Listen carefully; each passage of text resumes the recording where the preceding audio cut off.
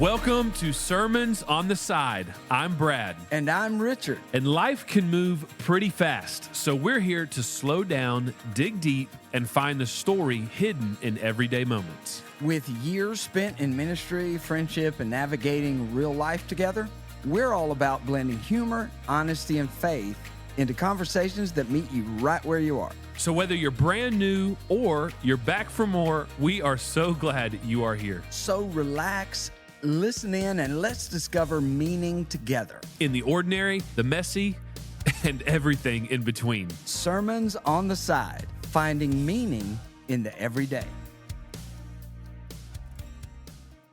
Y'all pray for your boy. Yeah. Because I get Yeah, frustrated. pray. Don't knock. Pray. Pray. Don't try to open that door. Don't try to. Occupied!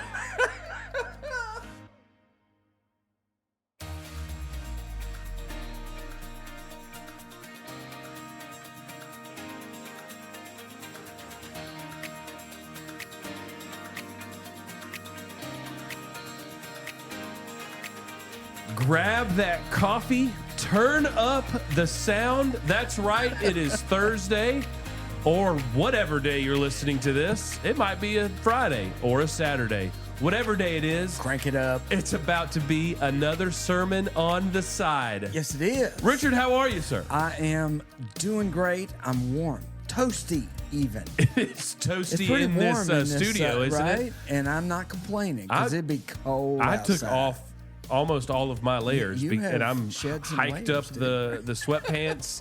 Dude, I'm sweating. It's hot in here.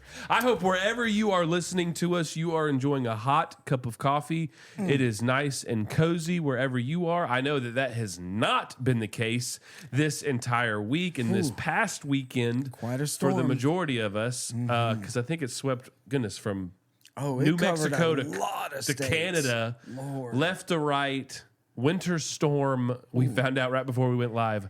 Fern. That's the name of the storm. And it was, it has been an intense storm. Yeah. But I just think whoever names the winter storms need to up their game a little bit. I don't know. Fern, I don't get it. I mean, it doesn't even have any, whatever. I know. Yeah, the person who does the hurricane names took the summer off, Right. or the winter off. Probably so. But there have been some serious like videos, and I know that we have some friends up in Nashville and in the North Carolina areas that got hit really hard. I've got a coworker in Ohio that just sounds like it hasn't gotten above zero in days. I mean, it's crazy. Well, I'm telling you, my son Bryce, who lives in Harvard, Massachusetts, just outside of Boston, unreal the amount of snow they've gotten. No way. They had about 4 to 6 inches on the ground from a previous snow, and then 19 inches got dumped on top of that, and they're supposed to get more. I mean, that's pretty crazy. That's insane. Yeah, and he is a warrior. He is just crushing it, shoveling out, digging out, building fires in the fireplace, taking care of his family. Shout out to the Moors of Harvard, Mass. They are staying warm, but Bryce he's just a beast. Oh, man. Absolute beast. Makes me take back what I said about this toasty room. Yeah, right. Thinking about 19 inches of snow. Goodness gracious. It's mind-boggling for us Southerners down here. Now, if I could bring up something on a different subject, thinking back to last week's episode, it was called The Greatest Show on Turf about the Great episode. St. Louis Rams from the 1999/2000 season and Kurt Warner, their quarterback. Hey, it was really well received, got a lot of cool feedback, and we thank you for all our listeners who have jumped on that episode and enjoyed it. But I had a conversation with somebody who reminded me, one of our listeners reminded me, there's a really cool movie about the life of the quarterback Kurt Warner. That's right. And it's called American Underdog. I loved the movie. I think everybody will get to Netflix or wherever it streams. Look it up. American Underdog. I remember when It's it a came good out. one. I haven't seen it yet, but I'm going to add it to my my Friday night queue list for Lisa and I. Ooh, do it, bro. Whenever Do it. our last child graduates and goes off to college and we start working on that queue list, But Oh, brother. add it, I shall. There you go. There you go. But anyway, thank you again to everybody who gave us some good feedback on that episode. Awesome, man. Okay, Brad. Listen. I'm just going to let all our listeners know that this is a very special recording session because you have a story to tell that is the sermon on the side. Do you not? That's right. I came into our little meeting dinner that we always have at the office. Over. And I was like, dude, I have one burning on my spirit. And you were like, go, do it. And so, anyways, here we go. And I think you guys are going to enjoy this too. This was a really, really special moment that happened just this past weekend. And I hope it's encouraging. So here we go. Are you ready? Talk to me, brother. Talk to all of us, my friend. So this past weekend, me and my wife and our family took a little weekend trip up to LaGrange, Georgia at a Great Wolf Lodge. Gotcha. LaGrange is a little bit north of about us 40 here in minutes Columbus. north of Columbus, an easy drive. But let's talk about Great Wolf Lodge for a moment. Well, we were celebrating some of our dear friends. They've got 4 kids. Their youngest was turning 5, and it was his birthday weekend. We got to go spend it with them. It was very, very fun. Just a quick little one night, kind of the end of the first half of one day, the beginning of the next. Got it. Kind of quick turnaround. But but why is Great Wolf Lodge such a perfect place for this type of gathering? Well, it's because they have an indoor water park. Greatest invention ever. And it's a really big one. It's really awesome. It was our second time going. Our kids went about this time last year, so they had a whole year of growing up, plus the familiarity of, going back to Great Wolf Lodge. And so, anyways, we are just 4 adults outnumbered with 7 kids. Math in public. There we go again. And but dude, it was so much fun. Now, if you've never been to Great Wolf Lodge, let me explain something to you. Explain it. So on one side, they've got these perfect little areas that you can kind of go and kind of camp out. In one area, they've got like the little kiddie area. If an adult got in the pool, it wouldn't get past your knee. But kids can get in, swim around with floaties, and they've got these nice little slides that slide back into the water that the kids can get up. And anyways, it's perfect for young children. Our kids hung out a majority of the time there. It was a lot of fun. Then they've got this little playground with all sorts of water. They also have a couple of slides in there, bigger slides, but again, age appropriate for mine. And really, really enjoyed doing that. That was fun. They've also got a lazy river. They have a wave pool. They've got like a little section. Anyways, in the back corner of this very large space, by the way, this is a whole ad for Great Wolf Lodge. Hashtag not sponsored. Hashtag wish we were. I'm just kidding. In the back corner is where you can scale all of these stairs. Okay, there's probably, 10, 15 sets of stairs that you're climbing up. Right. Okay, very high. Okay. I'm scared of heights. Don't look down. But they've got these big slides, probably for bigger kids, okay? And about half of them, maybe call it 3 or 4, are the individual where you get in, and you're going super fast around a tunnel, this, that, and the other. They've got the one where that drops you off. A little bit too big for my kids, right? Okay, fair enough. I've got a 5-year-old and a 3-year-old, and then a newborn, or not a newborn. She's goodness, almost 10 months old now. But she's, they're not doing that. But they do have this one family slide that Becca and Shep can participate in. As long as they're with someone else? Yep, as long as they're with somebody and they meet the weight requirements, which they did. But there's this big tube. You sit in the tube. It can be as few as 2, as many as 5. Gotcha. They conveyor you into this little, rolling pin thing, and then off you go in this really big, large tube. And you go kind of fast, but it's just this little zigzag all the way down, and then you splash at the bottom. It's a really sweet ride. All right. So one of my dear friends, Cordell, who he's actually the reason that we have the CrossFit workout of 1776 episode. So shout out, this is the second Hachinsky episode that's made the podcast. Wait, what's the name again? Hachinsky. Hachinsky. Yeah, that's right. Cool name. Yeah. So anyway, he and I are taking our sons up. and we're doing these slides. Shep loves it. Oh my goodness. Oh, he's and all over it? Oh yeah. Come and his on. sons, Asher and Sammy and Asa, the birthday boy. Well, we were just having a blast. We'd get down and Shep would look at me and go, I want to go again. And so then maybe just he and I would go, or then it would be me and a couple of other kids. Anyways, we're just taking turns. Well, next thing I know, I see Becca start scaling the stairs. And she's with one of the Hachinsky children who Becca adores, an 11-year-old Esther. She hung the moon, didn't she? Oh, dude, Becca, I mean, Becca, just loves her friends, but looks up to her. I mean, just so sweet. And Essie loves Becca. She's so sweet to her. How could she not? And so the But two that's of them are about to go on this slide. Well, I look at Shep and I'm like, hey, do you want to try to catch up and we can cheer him on? Okay, sure. So me and Shep start going. And so off we go. Well, the good thing about going in the wintertime is there's very little lines. There's there's very few people there. So we get to the very top. There's probably 3 sets of family, groups that are in between Shep and I. Okay. And then Becca and Esther that are they are inside a float. They are waiting for the lights to turn green and then the lifeguards to kind of send them on their way. Cool. So I yell out, Becca, you're going to do this. Woohoo! And she turns around, yeah. All right. So then it turns green. The little conveyor belt goes. The little tube starts sliding down the little, the first drop? That first little drop. It gets onto the thing and then off they go. Okay. Sure. Cool.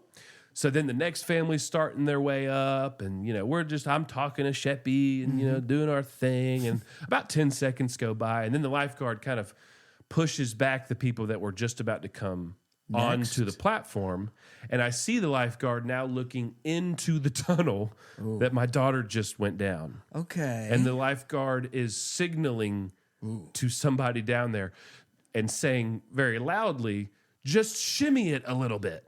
Or something, and kind of like, and I'm like, oh boy. Now, a few times when I went down it, we would kind of get stuck right before we got really into the slide. Oh, we got a little shimmy it a little bit, but once we got going, there's probably about a 30-foot diagonal. You gain some speed before that first zigzag turn the rest of the way. Okay. Well, I immediately just step up. I get out of line so that way I can see what's going on. And sure enough, at the bottom of this 30-foot kind of decline right before the first turn, their tube is stuck. It hasn't flipped over. It's just, for whatever reason, I don't know how, it's just stuck. Okay. And my daughter is screaming at the top of her lungs. She is petrified. She is tortured right now. Wow. And I start trying to get her attention to calm down. I tell the lifeguards, hey, that's my daughter right there. Can I jump in this tube and dislodge them? I don't mind if I slide down the rest of the, they're like, no, you are not allowed to go on down there. Right. We're trying to get Esther, who's the 11-year-old's attention, who, bless her heart, she's doing a phenomenal job of trying to shimmy this thing free. I don't even know what it's stuck on. I guess it just didn't have enough weight or momentum to get through the turn. And 30 seconds, you could have told me that was 5 minutes. Oh, I bet it felt like forever. It felt like forever. And the whole time she's just tears and she's looking, and the water that's coming behind the raft is splashing up and just making, it must be chaotic in her mind. It's just, every time she would turn around and she would look at me and she would just scream. And I'm like, oh, you don't know until you're thrust into those positions as a parent where you're like, dude, I will trade places. I'll trade places every time. Yes. Lord, please make this better. I don't know. You just start panicking. Well, sure enough, finally, Esther's able to shimmy this thing free, and off they go around the corner. And I hear my daughter screaming the whole way. So I turn around and I pick Shep up, and I'm like, we are going to try our best to beat him to the bottom. So I'm going upstream, more downstream than anything, against all these people saying, excuse me, get out the way. Yeah. But you want to get down there as quick as... And so I get down there maybe 5 seconds after they kind of appear from the tube. And Becca is almost hyperventilating. I go over there, I scoop her up, and she's shaking, and anyways, needless to say, she was out.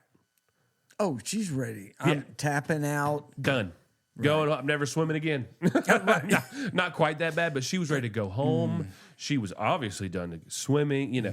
And so I looked at Lisa, my wife, and I just said, let me take her back to the room for a little bit. We had been doing the water park for a couple of hours, but we still had several hours in the day. Gotcha. And so, and then, oh, by the way, the next day, at least that half of the day. So I said, let me take her back to the room and kind of, you know, let me work on her. Okay. So we go back to the room. We get out of those wet clothes. We get curled up under the sheets. I get a little snack in her. Snacky helps everything. Snacky helps everything. That's going to be the name of this episode. Snacky helps everything. Thank you for clicking on this episode of Snacky Helps Everything. No, I love it. No, you're not wrong. Oh, goodness. And so we watched a little bit of a show. We got a snacky. We got some water. And finally, I started asking her if she'd like to be brave, if she'd like to try to go back, if she, you know. And so we've watched this David movie. I know we've referenced it a couple of episodes. The animated David movie. It's I've so heard awesome. nothing but good and about we this have thing. listened to that soundtrack like there's nothing else. Ooh, and bet one it's of awesome. Oh, it's so good. And one of the lyrical hooks is I will not be afraid. And so the kids will sing that to each other at time, you know, and so I'm already just kind of like pumping that into her Working system. that in. Yeah. And so sure enough, long story short, she says, okay, I'll go back to the water park, but I don't want to wear my swimsuit. Okay, that's totally fine. We'll just go hang out. And so anyways, we go back, and as soon as I get there, the kids are asking me to go on different slides. So leave Becca with Lisa, and I wasn't gone for 2 or 3 slides. And I come back, Becca's already changed into her swimsuit, going on the lazy river and kind of participating in all of the other stuff because the kids wanted, you know. And so, all right, sweet. We're back. We're good. I'm very proud of her for being brave and awesome, right? Well, that's not where the story ends. Do tell. So we go to sleep that night. That's a whole nother sermon on the side. Good gracious, Get to dude. sleep at the Water park. Yeah, there's Wolf bunk Lodge. beds and there's shared space. Oh, kids and everywhere, Our yeah. 10-month-old has got a head cold. And anyway, so we wake up the next morning and off we go to the water park. We got several hours of having fun. And that morning, I even started working on Becca. I said, "Hey, Becca, would you want to try to go on that big slide again?" No, I mean Okay, just so it was off the rip. I mean, there's not even like a That's an aggressive. that's an aggressive no. Okay, and I made sure that she knew every time I asked. I said, "You do not have to. I will not force you to, but I'd really like for you to pray." To see if that's something that God would want you to do, if you could be brave. And here's the deal: last time you just went with Esther, there was just 2 of you. This time you'd go with Daddy, with Mommy, and with Sheppy. All 4 of us would go. And so we get to the water park, we're playing, and I think you guys see where this is going. She finally gives me okay, I'll do it. Now, that's all that I needed. So I kind of grabbed her, and I was like, all right, we're going to go before you change your mind. Now, she did sort of like, She wavered. You know, she wavered. Okay. But the 4 of us plus one of our friends, so there's 5 of us total that are ascending these stairs. And boy, there were tears. I see. Yeah, no, I hear you. And again, very little line. So we get up there, and we don't have far to go. And she's very nervous. There's more tears. And we're singing that song over. I will not be afraid. I pray with her. And sure enough, she's getting in the tube with us. And so we get in the tube, and oh my goodness, she's scared. I can feel her shivering right next to me. Now, the lifeguard was like, all right, she can't ride in your lap, Dad, because that's where she was. And I said, okay. So she sat right in my, but Coach, can I tell you something? As soon as we were going, I picked her up and put her right back in my lap. I'm sorry. Rules are for other people. All right. That's all I'm saying. You know what I'm saying, Doug? All right. Anyways, sure enough, we get going. Kaplunk, we get on that first downhill slide, and we're starting to pick up some speed because Daddy's weight had a little bit more inertia than. But this is the very place where the same bad spot, thing that happened. same turn, and I'll be honest with you, she's screaming. All right. I feel you. Yeah. She was scared. We feel you, Becca. We all do. But can I be honest with you? Hand to God. And my wife can testify. Right. We make that first turn. And for the rest of those 30 seconds of that, little water slide, she was still screaming. But she was screaming, I'm doing it! I'm doing it! I'm doing it! Yes! That is literally what she's saying? I promise you, verbatim. And I'm screaming I'm right getting back. chills. I'm screaming right back. You are doing it! You are doing it! Let's go, Becca! We splash down at the bottom. And we are just erupting with joy. Her middle name, erupting with joy. We get off that slide and she looks at me and she goes, Daddy, I'm not doing that again. And I was like, done and done. Done and done. You don't have to, baby, but I'm so proud of you. You did it. I'm so grateful. High fives. And then off she went. And they just kept on playing those same little slides, the lazy river, the wave pool, and all those other things. And so finally, it's time to wrap up. And that was a whole ordeal in and of itself. And this particular day is not just wrap up. It's the day you get in the car We're going and drive home. Yeah, we've already done the whole checkout thing. This is a change, hop in the car, short trip home, and let's try to get back to, some sort of regular life. And there's tears and there's sadness. They don't want to leave, They right? don't want to leave. They're tired. They're hungry. We get them in the car. Off we go. There's tears. And Lisa, my wonderful wife, trying to find a happy moment or a happy thought, says, hey, what was your favorite part about this whole trip? Great move. Love it. And Becca, without hesitation, said, the big slide. And that caught me so off guard. I turned around. I said, what? And she said, I'm proud of myself for going down the big slide. Oh, bro. I almost crashed the car. I was like, I was like, oh, my parenting win. Are you kidding me, dude? And there have been so many thoughts that have flooded my mind since this took place. What a beautiful picture of friends. Do you not believe that fear doesn't get the final word? When we live and we surround ourselves with a community, with family, with people that love and support us, with people that pray over us, when we sing these songs of truth and of scripture over ourselves, fear doesn't get the final word. Come on, dude. Brother. Dude, that is such a powerful picture of how God wants to help us overcome fear-based moments. That's right. Hey, and I got to say, just want to, before I share a thought that came to my mind, can we shout out Essie? We sure Hero can. of the story. Thank you very much. Hero of the story. Esther, I've not even met you, but you're awesome. I know. I made sure to come up afterwards, and I was like, first of all, I'm so sorry that you just experienced 30 seconds of screaming in your ear. She was awesome. She's a champ, yes. Right? But I think about, for her, there's so much about this. There's so much adorable stuff happened in this story. Yes. After her successful run the next day, first thing, which she loved, right? Everything was awesome, energy, woo. Then she declares, I've never done that. I thought that was hilarious. I know, me too. But it's funny and it's cute. But it's like, how did she know the importance? Does she sense the importance of that she didn't let a really negative experience keep her from going back and facing her fear? I hope she does, because she has just so beautifully demonstrated and reminded me that the voice that we listen to becomes the story that we live.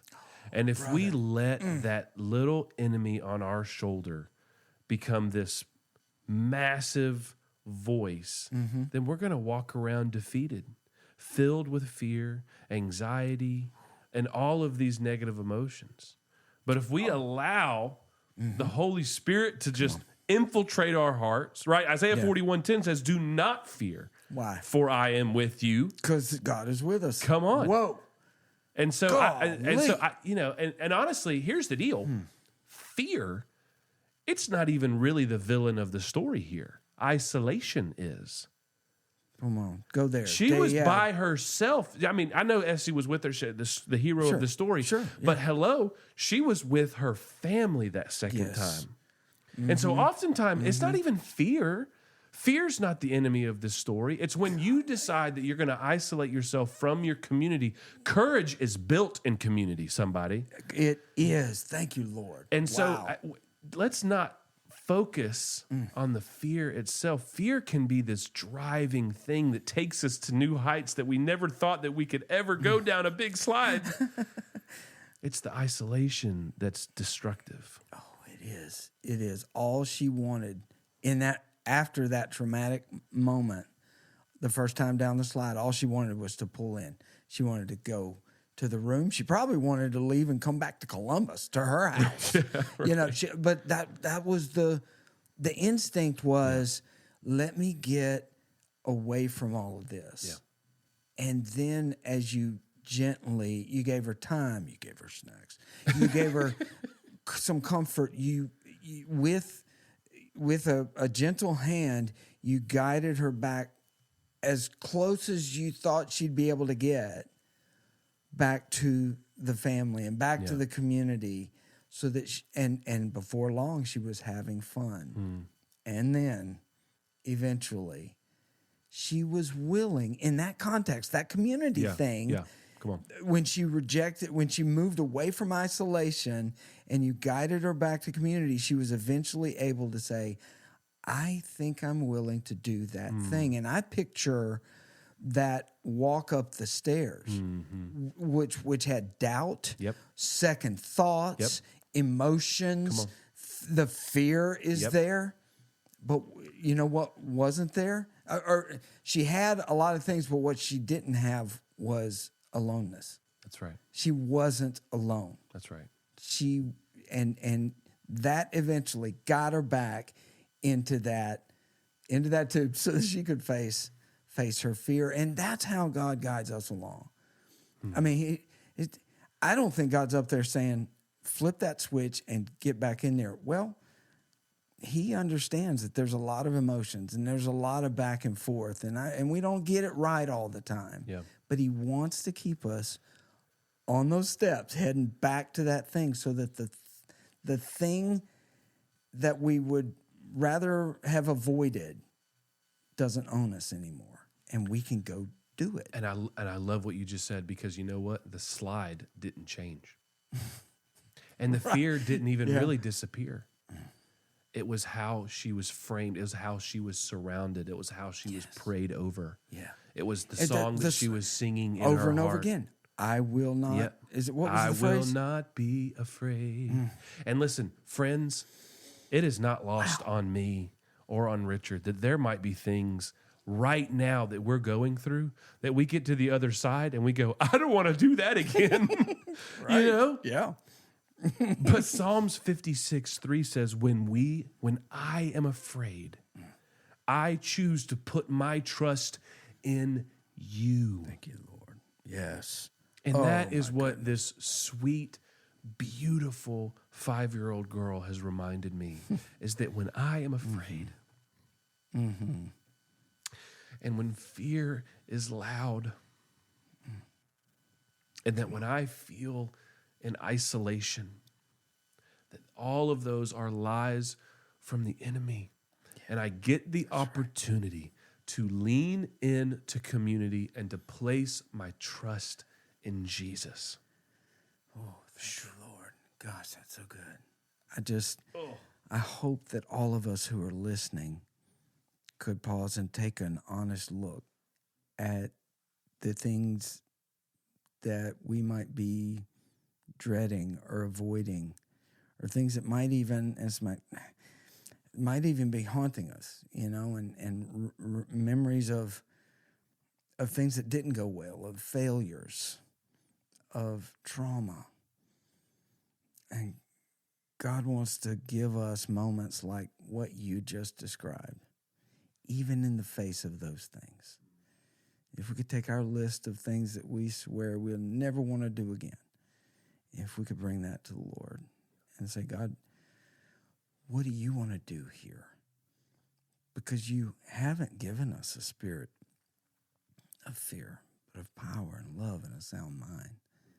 And if we would take that challenge to just bring our never again list to the Lord, I'll never do that again because the last time I tried that, if we would be willing to do that, I guarantee one of the things that the Lord will do for us is he'll draw us into a circle of people that can help us. Yes. And we don't have to be alone. We will be in a community and in a family that will be there for us and will walk every step and slide every slide. God would offer that to us, I believe, through this amazing story. Thank you for pouring it out, for pouring your heart out. I mean, we're in a warm room, but I was getting chills multiple times. But thank you for bringing this with such a beautiful spirit, man. God has spoken. God has spoken to us. Good stuff. Bravo to you and to Becca and to Essie and to everybody. And thank you to Lisa for asking that awesome question in the car. That was such a tee up moment. And then, Becca spoke that beautiful thing. But anyway, so listen. Want to wrap this episode? Did you have? No, I was going to throw it over to you for a segment. Well, I hope I've got a little something. It's a little observation. Okay. My weekend was not near as exciting as y'all's. No water slides involved, but I was out with some friends, and we were having a cup of coffee after we had supper out on Friday, and we were having a cup of coffee. And I have an observation that I'd like to bring up. I want to see if you can relate to this and any of our listeners. And it has to do with public restrooms. Oh. All right. This is dicey territory. But is a public restroom place for the weekend. in an establishment or something, And if this really only applies to those smaller establishments like coffee shops, where the restrooms are individual restrooms. Okay. There's not multiple stalls or anything like that. I got you. It's a one-seater. There's a vacant, occupied sign. Right. Well, you wish there was because that's not always the case. Okay. And in this particular situation, it was like in many situations where you just go and you lock the door behind you, right? Right. And then, you do business. Now, here's the problem that bothers me. When I'm in that individual restroom, I've locked the door, and somebody's not sure if someone's in there. And so they come and they check the door, and it's locked, and obviously they wait until I'm finished. The person's finished. But more often than not, the people are way too aggressive with checking the doorknob. I mean, from the inside, when you're in there. Sounds like they're breaking in. It feels like they are ripping the door off the hinges. I'm telling you, I'm like, people, can we relax just a little bit? All it takes, just a little check. Oh, this doorknob is not moving. I wonder what that means. Perhaps I should put my shoulder into it.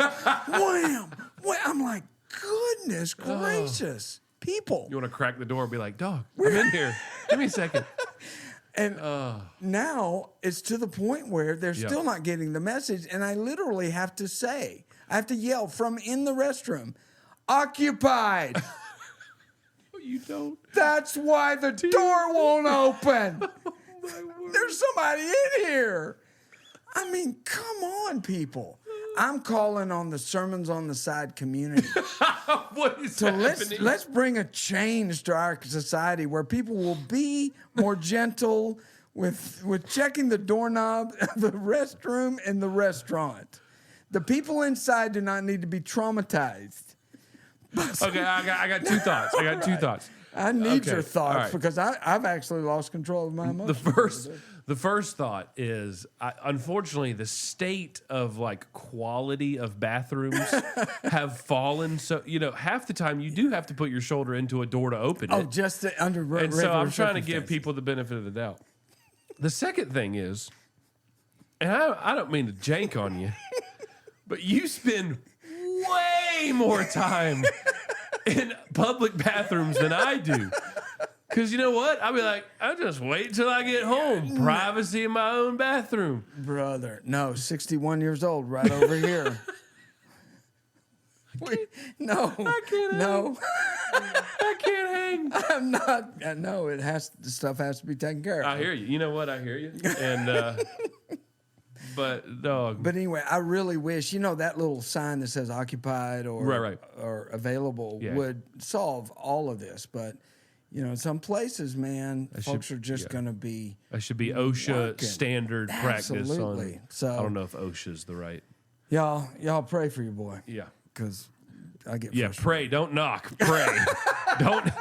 Pray. Don't try to open that door. Don't try to. Occupied! I can just see you It's screaming. just like, stop it. All right. Well, anyway. This is like the first sermon on the side that I'm going to make Becca listen to. And this is the segment. Okay, right. Can you maybe just turn it off? Yeah, I'll turn it off after the before the segment. It gets all silly. This is the serious This serious is part. great. I hope No, she that's can awesome, man. listen That's to great. that. Thank you again for a powerful message in that story and for sharing your heart, bro. Amen, dude. Well, thank you guys for joining us for this incredible episode. And you talk about incredible episodes, dude. Are they ready for next week? I don't think they are. I don't think they are. Sorry. Episode 55, it highlights a dear, dear friend of mine, an incredible story. Please make sure that you come back and listen I love it, y'all. to next week's episode of Sermons on the Side.